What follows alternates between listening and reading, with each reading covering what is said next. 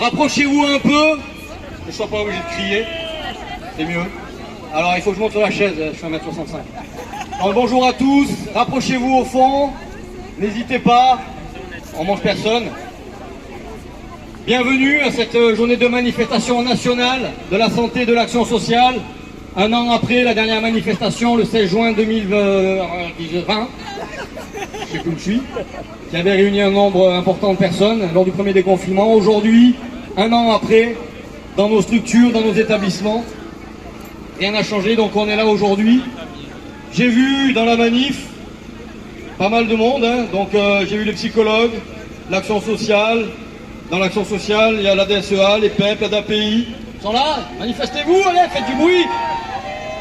Montjoie, le foyer de l'enfance, les labos de génétique, le labo de bactériaux, les hôpitaux de Menton, d'Antibes, de Grasse, le SAMU, l'ambulancier, à ma gauche, encore beaucoup d'autres que j'ai oubliés. La FPJR, merci d'être présent et bravo à vous. Bon, ben, je vous souhaite la bienvenue, je ne vais pas être très long. Je vais passer la parole à la secrétaire générale de l'USD CGT 06. Je remercie les camarades de la CGT Spectacle qui animent On peut les applaudir. les normes essentielles. Voilà. Donc je les remercie d'être là, toujours avec nous dans le combat. Et j'en dirai pas plus. Voilà.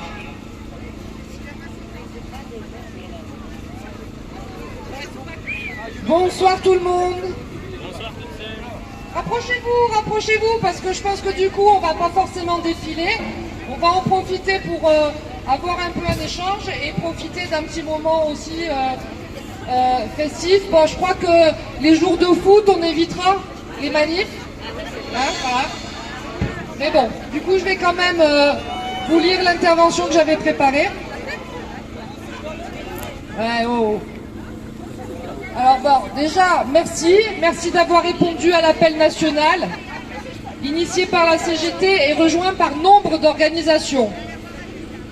L'Association des médecins urgentistes de France, l'Association des praticiens hospitaliers, la CFE-CGC, le Printemps de la psychiatrie, la coordination des comités de défense des hôpitaux et des maternités de proximité, les collectifs interblocs et interhôpitaux. Dans l'unité et avec détermination, nous pourrons gagner.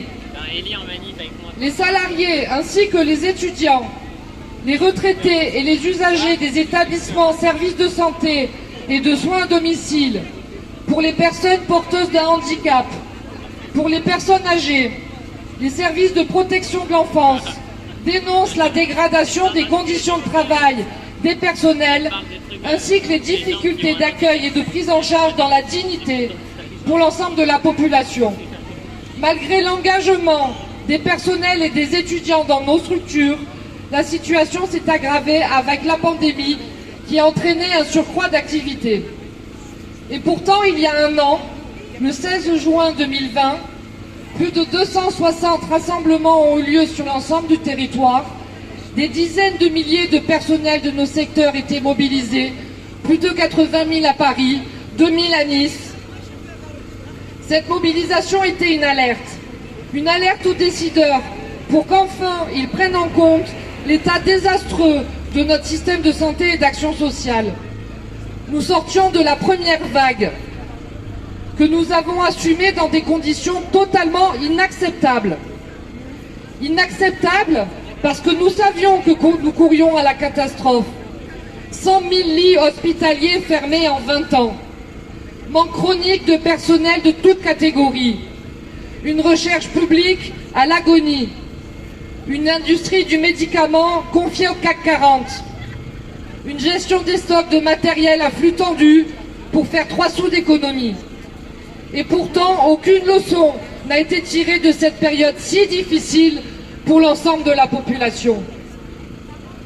Car ce sont bien des choix politiques de ces 30 dernières années, accélérés par les réformes du gouvernement et de la majorité actuelle, qui ont affaibli notre système de santé. Ainsi, pour faire face au Covid, des lits ont dû être ouverts en urgence. Les prises en charge hors Covid ont dû être annulées. Les personnels ont repoussé leurs limites. Les étudiants ont servi de renfort, mettant en péril leur formation. Les restrictions de liberté sont devenues un moyen de régulation. Le pays a été mis à l'arrêt pendant plusieurs mois. Le gouvernement et la majorité parlementaire ont refusé et refusent toujours de regarder en face les problèmes dont souffre notre système de santé et d'action sociale. Le manque de lits dans les hôpitaux, de foyers d'accueil d'urgence pour les enfants en danger, de structures de proximité pour les personnes porteuses d'un handicap et pour les personnes âgées. Le manque d'effectifs, le manque de personnel formé, la perte d'attractivité de nos professions, des méthodes managériales de plus en plus délétères, des exercices professionnels qui poussent à la démission, au burn-out, voire au suicide.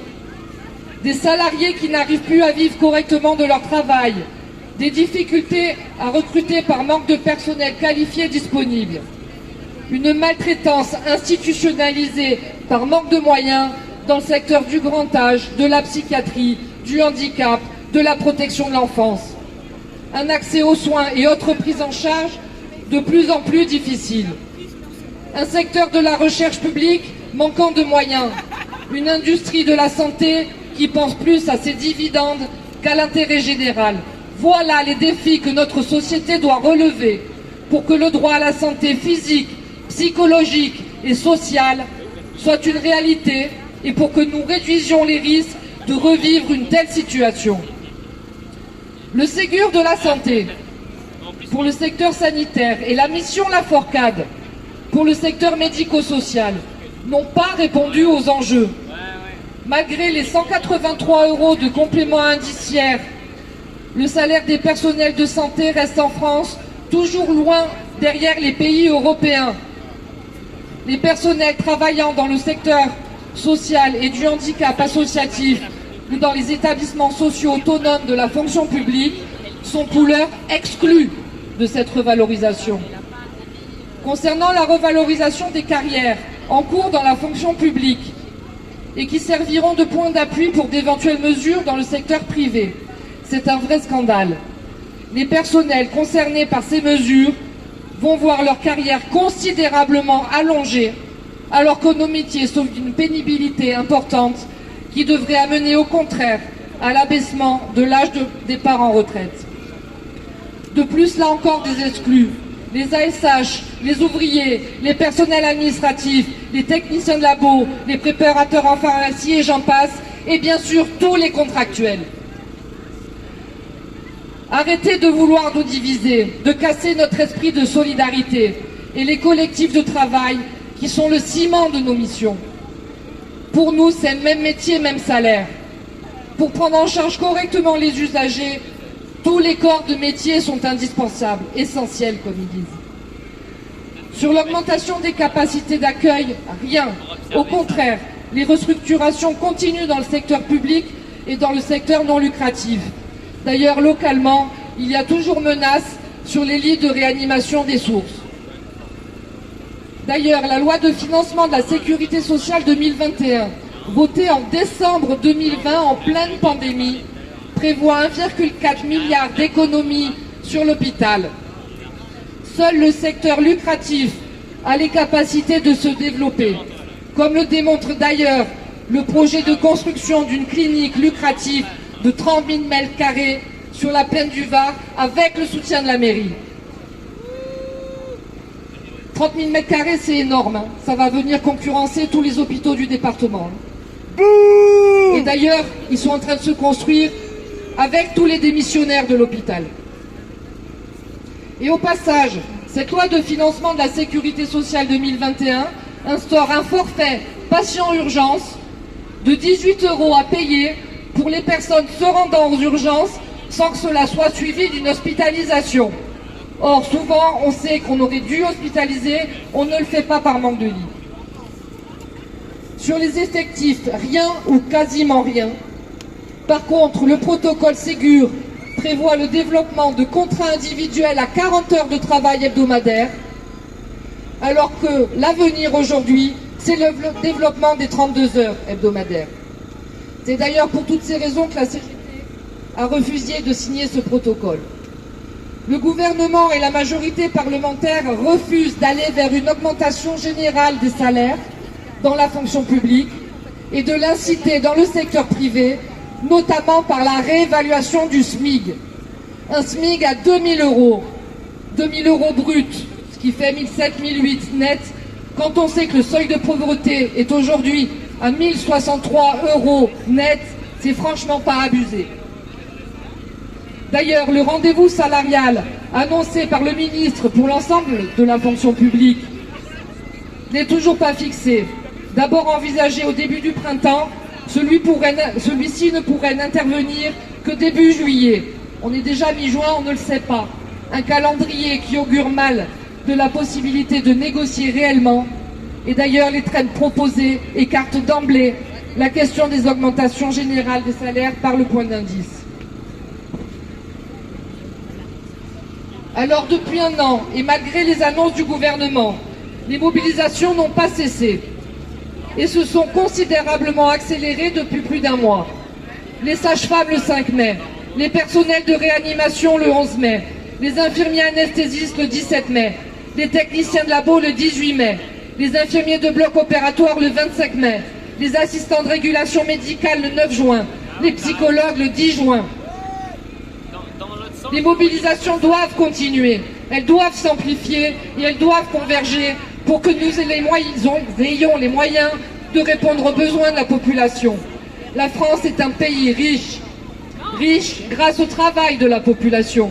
Il est temps d'inverser les choix pour que le monde d'après soit un monde où il fait bon vivre, où la jeunesse ait de l'espoir, où les vieux puissent couler des jours heureux et où le travail ait du sens. Travailler dans le secteur sanitaire, du grand âge, du handicap, de la protection de l'enfance, de la psychiatrie, demande un engagement particulier et s'inscrit dans le cadre de missions d'intérêt général. Les évolutions technologiques, humaines et la pénurie d'effectifs placent nos métiers en évolution constante. Ces métiers portent des responsabilités particulières, requièrent des compétences et des qualifications importantes. Alors la situation exige un statut stable et protecteur pour tous les salariés, les techniques, les soignants et les administratifs, c'est-à-dire des CDI dans le cadre d'une convention collective de haut niveau pour le secteur privé et pour la fonction publique, la titularisation de tous les contractuels. L'équité de traitement dans l'attribution des mesures salariales issues du protocole d'accord Ségur, avec l'attribution immédiate des 183 € à l'ensemble du personnel du secteur social et médico-social qui travaille dans les associations ou dans les établissements publics autonomes. La reconnaissance par une franche revalorisation générale de rémunération, au minimum 300 € net pour tous en incluant ces 183 €, et des évolutions de carrière qui correspondent aux qualifications, aux responsabilités et à la reconnaissance de l'expérience. Nous exigeons le doublement du salaire sur l'ensemble d'une carrière. Une véritable reconnaissance de la pénibilité du travail par un départ anticipé à la retraite. Le recrutement immédiat de centaines de milliers de professionnels supplémentaires. Un plan de formation pluridisciplinaire correspondant et l'ouverture immédiate de places dans les différentes écoles et en facultés. Une politique de formation continue, ouverte à tous et tout au long de la vie. L'arrêt des fermetures de services, d'établissements et des réouvertures de lits, de structures, partout où cela est nécessaire. Une gouvernance de nos établissements plus ouverte au personnel et aux usagers. L'égalité d'accès, d'accueil et de prise en charge de qualité pour l'ensemble de la population sur tout le territoire. L'arrêt de la marchandisation du secteur et le développement du service public, seul capable de défendre l'intérêt général pour peu qu'on lui en donne les moyens. L'augmentation du budget consacré à l'hôpital dans la loi de financement de la sécurité sociale 2022, qui sera votée au mois d'octobre. De même concernant les budgets des collectivités territoriales pour les établissements sociaux et médico-sociaux. Alors voilà, ces revendications sont justes, elles sont efficaces. Alors luttons encore plus fort et dans l'unité pour gagner les moyens de travailler correctement, de soigner tout le monde et d'être reconnus à notre juste valeur, et pas simplement par des mots ou des médailles. Nous ne sommes pas des héros, nous faisons juste notre travail. Voilà, donc... Tous ensemble, ouais! Ouais! Tous ensemble, ouais! Ouais! Tous ensemble, ouais!